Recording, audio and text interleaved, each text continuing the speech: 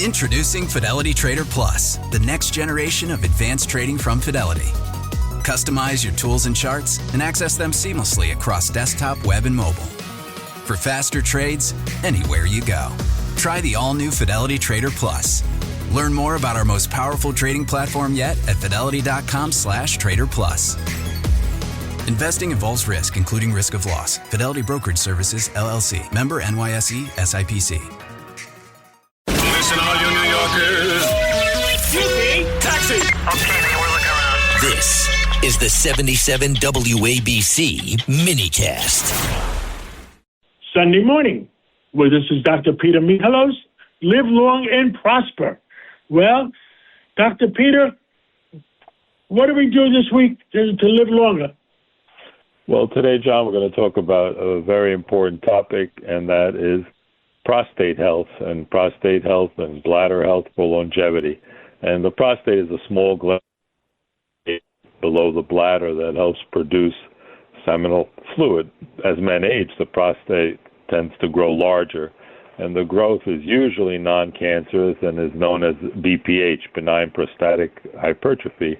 And what happens, it doesn't mean that you have cancer, but it presses on the urethra, which is the tube that we make our urine in. It makes urination more difficult. And as we get older, that's why it's important. An important tip for men is if you drink water, we're supposed to drink half an ounce to 1 ounce based on our pounds. So if you're a 150-pound man, you should have 150 ounces or at minimum 75 ounces of fluid a day. The trick is try to do most of your water drinking. So that 75 ounces is, let's keep it simple. So that's 2 quarts of water.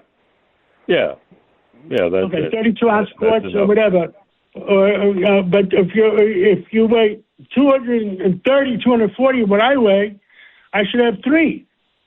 Exactly. You need to have the water. But the trick is to try to drink most of it by 6 p.m. And then after 6 p.m., if you can have any water, just have sips.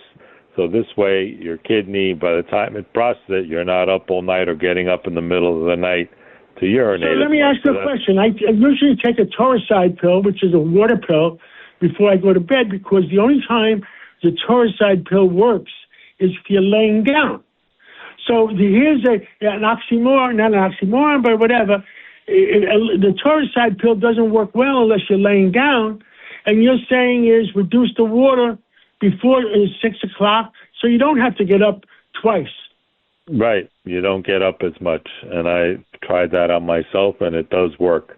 And then some of the things that we can do to the foods that we can eat to help protect our prostate are eating cooked tomatoes because they're high in something called lycopene, and lycopene has been found to help improve prostate health and reduce inflammation. Also, fatty fish like salmon, we found that omega-3s are also important and help reduce the inflammation in the prostate. Also, things like broccoli, kale, berries, nuts, blackberries, blueberries, nuts and seeds, all those help. And also green tea is very powerful antioxidant, and it's also for longevity because it contains... So if you're going to have tea at night, tea makes you go to the bathroom more. So you can't really have tea after 6 o'clock. Right. Green tea, I mean, in the morning. If I'm on my 5 o'clock show and I have tea, by the time I leave the show at 5 minutes after 6, I got to go to the bathroom again. Right, but then choose chamomile tea, which doesn't make you urinate as much. So chamomile tea if it's after 6 o'clock at night, green tea if it's before 6 o'clock at night.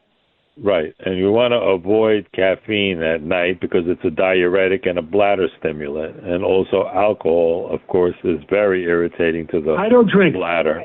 Right, neither do I. I follow your rules. No alcohol, no sugar, no salt. Right, and sugar, of course, feeds the prostate, and we know that as people's insulin rises, it pushes sugar into the cells, so that's why rising fasting insulin levels and insulin resistance cause the prostate to grow. That's why if we can keep our blood sugar under control, we don't feed the prostate and other cancers. So it's important to keep our fasting insulin levels low, avoid the sugar, also spicy foods, salt, and even sparkling water is irritating to the bladder and it's not good for people with benign prostatic hypertrophy. And, of course, the red meat now in the U.S. Wait. Go make it more simple for us simple people. What's benign? It's when your prostate enlarged. Benign prostate hypertrophy is your prostate gets big, it pushes on the bladder, and it makes you feel like you're full and you want to pee.